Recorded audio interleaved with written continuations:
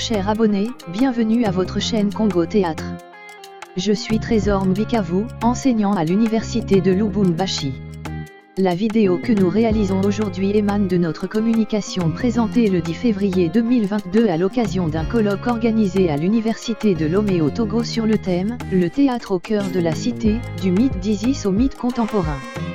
La communication est intitulée « À demain ma mort » de Michael Disanka, Entre peur, courage et engagement citoyen. Introduction. Le théâtre congolais entretient depuis un certain temps des rapports avec les questions sociopolitiques et économiques de la nation. Il est devenu le témoin, le miroir des agitations politiques, des instabilités sécuritaires et de la précarité sociale qui caractérisent un grand pan de l'histoire de la société congolaise. Mukala Kadima Nzuji, 2012, consacre le 3e et 4e chapitre de son livre sur le théâtre congolais au rapport qu'entretient ce théâtre avec la vie sociale et politique du pays. Les textes et scènes théâtraux deviennent vite des espaces où se meuvent et s'affrontent des personnages politiques, des figures de lutte contre la répression, etc. C'est dans ce contexte que Michael Disanka fait jouer sur des scènes nationales et internationales une pièce intitulée « À demain ma mort ». À demain ma mort est une œuvre dramatique qui peint les multiples crises qui gangrènent une cité et la responsabilité que s'arroge le citoyen de réparer contre vents et marées les maux causés à ce corps social. À demain ma mort, c'est d'abord l'histoire d'un jeune lanceur d'alerte qui détient les informations compromettant un grand nombre des personnalités de son pays. C'est surtout l'exploration d'un conflit intérieur entre le vouloir et le pouvoir dire la vérité, entre le courage de lâcher le morceau et la peur de subir les représailles parfois extrêmement cruelles de ceux qui ne ménagent aucun effort pour maintenir leur domination sur les peuples. À travers la figure de Hill, le personnage principal de cette œuvre, cette communication s'interroge sur l'engagement citoyen et les libertés, en l'occurrence la liberté d'expression. Il s'agira de démontrer comment ce personnage de Hill s'érige en archétype du jeune Africain contemporain écartelé entre peur et courage dans la lutte contre les mauvaises gouvernances répandues en Afrique. Il s'agira aussi de traquer à travers la construction de ce personnage la théâtralité contemporaine africaine qui se tisse en toile de fond de cette pièce et prend en charge cette thématique. La première partie de notre communication s'intéresse au personnage même de Hill. Elle tente de dégager les caractéristiques essentielles qui fondent la spécificité dramatique de ce personnage de théâtre. La deuxième partie essaiera de démontrer comment ce personnage créé par Disanka se situe entre peur, courage et engagement. Enfin, il faudra voir comment l'acte de Hill contribue à la réhabilitation du corps social. Le personnage de Hill. Identité. Lire À demain ma mort de Disanka, c'est se retrouver face à un personnage théâtral d'une identité ambiguë, caractéristique du personnage contemporain. Le héros se nomme Hill. Un pronom personnel de la troisième personne du singulier est pris ici pour devenir le nom propre d'un personnage de théâtre. Le phénomène n'est pas fortuit. L'auteur sait pourtant qu'en grammaire, le pronom est fait pour être mis à la place d'un nom. La conséquence de cette position du pronom, c'est qu'il est censé devenir l'autre, donc le nom qu'il remplace. En donnant ce nom à son personnage, Disanka lui restitue son rôle d'être le masque, le symbole, le réceptacle de plusieurs autres identités. Le glissement du mot « il » de la classe des pronoms personnels à celle des noms propres donne au personnage une identité virtuelle qui ne se matérialise qu'à travers l'action qu'il entreprend. C'est à travers la lutte dans laquelle il s'engage que l'on sait qu'il est un révolutionnaire, un activiste de droits de l'homme, un lanceur d'alerte. Il devient alors le symbole de toutes les luttes et incarne toutes les figures qui se sont engagées dans ces luttes. Il peut être pris pour Patrice Lumumba, pour Floribert Chebeya, Rossi Mukendi ou pour toutes ces personnalités engagées ou qui se sont engagées dans la lutte pour le bien-être de la nation congolaise et du monde. En étant l'accumulation de toutes ces identités, il ne se réduit plus à une seule figure. Il transcende toutes ces identités pour se donner une personnalité divine, pauvre petit prétentieux, qui es-tu toi, pour tourner la mort en dérision. Qui es-tu? Je suis Floribert. Non. Luc. Non. Rossi. Non, je suis celui qui a été bien avant la fondation de ce monde. Ces hésitations entre interrogations, affirmations et négations laissent voir comment il se mesure sans se reconnaître à toutes ces figures qu'il énumère dans sa réplique. En recourant à la parole biblique pour se considérer comme celui qui a été bien avant la fondation du monde, il tente de s'intégrer dans l'ordre divin. Il fait de sa lutte une lutte sacrée que rien ne peut arrêter. Voilà pourquoi il affirme être victime d'une trentaine des morts. Il est de cette façon la somme de toutes les luttes, la lutte même. Sur le plan scénique, l'auteur choisit de placer ce personnage hors norme dans une situation particulière. Il s'agit d'une sorte de rêve éveillé dans lequel il se voit mort et pleuré par sa mère.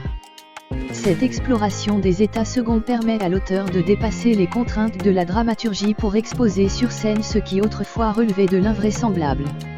La scène est dépouillée de toute limite. Elle prend en charge toutes les digressions et toutes les déviations appartenant à la fable ou à l'action. Le lecteur, spectateur, qui regarde ce personnage le voit voir sa propre scène. Il y a comme un dédoublement qui fait que le lecteur, spectateur, voit la scène du premier degré et se laisse narrer celle du deuxième à laquelle il ne peut pas accéder. Le drame se situe alors entre fiction et réalité, donnant ainsi au théâtre de Dissanka un rythme qui alterne entre deux régimes dramatiques. Excès de parole. Lorsque Jean-Pierre Ringart parle de la notion d'excès, il fait allusion à ces paroles abondantes et parfois redondantes qui caractérisent les personnages contemporains. Il oppose cette notion à celle de laconisme qui, quant à elle, désigne des répliques amaigrissent et quasi anémiques qui ne délivrent plus qu'une parole rare. L'excès n'est pas ces longues tirades qu'on a retrouvées chez des personnages classiques des tragédies ou des comédies. Il s'agit ici des discours souvent incohérents qui marquent la forte présence de l'auteur sur scène ou dans son texte. Dans le cadre de la pièce de Dissanka, la parole de il est dominée par de longs monologues alternés, des dialogues avec des voix qui se laissent entendre dans son hallucination et ceux avec mère double ou moucharat qu'on entend à partir du Barenzala et l'Ekimalaria. Ces monologues sont faits des paroles abondantes caractérisées à leur tour par des répétitions, des anaphores et des digressions qui donnent à son discours une allure poétique et parfois contradictoire. L'excès observé dans la parole de il conduit à une certaine perte apparente des repères dans la progression de son discours. Le personnage semble ne plus maîtriser sa parole, la laissant courir dans une digression insaisissable. Les phrases, les mots et parfois les idées se répètent. La ponctuation disparaît à des endroits. Les structures syntaxiques se superposent à certaines prises de parole pour donner l'impression d'un discours obtenu par collage des bribes de paroles. La parole abonde et s'accélère poussant il au bégaiement. Courage, peur et engagement citoyen. Il doit poser un acte, celui de publier un certain nombre d'informations compromettant un grand nombre des personnalités de son pays. Mais face à la répression qui découle de ces genres d'initiatives, il est pris de peur et se retrouve écartelé entre la volonté citoyenne de poser son acte et la peur de se voir mourir à la suite de la diffusion de ces informations sensibles. Courage. Le courage est entièrement exprimé dans l'acte qu'il doit accomplir. Publier ces informations dans un contexte politique qui brille par la répression et le musellement de toute voix qui s'oppose à la voix du numéro 1 relève d'un acte d'extrême sens de courage. Ma conscience encore plus éclairée, rien ne peut procrastiner mon acte de demain. Mes amours se meurent, mes amours ressuscitent, mes amours me retiennent à la vie. Laquelle ? Avant que je ne finisse au poteau demain je pose mon acte, je m'échappe de moi, de ma vie, de la crédulité naïve insufflée par les missioni dans la bière. Ce fait de surmonter toutes les contraintes et d'aller au-delà de tout attachement à la vie pour poser cet acte est déjà l'expression d'un courage sans précédent qui caractérise le personnage de il. Rien ne peut dissuader il à renoncer à son acte. Même les menaces de mort ne tiennent plus pour l'amener à se raviser. Reprends ton souffle, il ne m'amène que pollution. Jean est un second et il est bien tropical. Je te le rends, ton souffle, il est trop fade. Le mien porte des années et des années de soleil. La lutte qu'entreprend il transcende la mort pour voir dans cette dernière non une fin, mais un espoir de vie éternelle. Cette conception de la mort lui permet de l'accepter comme un signe de bravoure et de triomphe même quand le numéro 1 la brandit comme épouvante. Ce courage est puisé dans le sens de continuité qui caractérise cette lutte. En affirmant que « vous pouvez reprendre votre souffle, Jean est un second », il fait allusion à toutes ces personnes que sa lutte va inspirer et qui vont prolonger le combat dans le temps jusqu'à obtenir la victoire finale sur ceux contre qui il s'engage dans cette révolution. Le fait d'espérer que sa lutte aura de l'écho après sa mort lui permet de s'engager à poser son acte. La peur. Parler de peur après cette étape de courage que nous venons de décrire démontre toutes les contradictions qui caractérisent le personnage de Hill dans cette pièce. Il est déterminé à poser un acte, mais ses actions avant l'accomplissement même de son acte laissent transparaître un doute vis-à-vis de la nature de ce courage. Courage et peur sont alors en conflit dans le même personnage de Hill, ce qui permet de maintenir le suspens quant à l'issue de l'action et de favoriser la progression du drame tout en retenant l'intérêt du lecteur, spectateur. La peur est visible dans cette résolution de s'enivrer avant de poser son acte, en attendant ma mort à l'issue de mon acte, demain, je m'échappe, je m'évade, je fuis mon inconscience, je m'enfuis dans la beuverie. La bière se transforme en un refuge pour ne pas percevoir la gravité de la décision.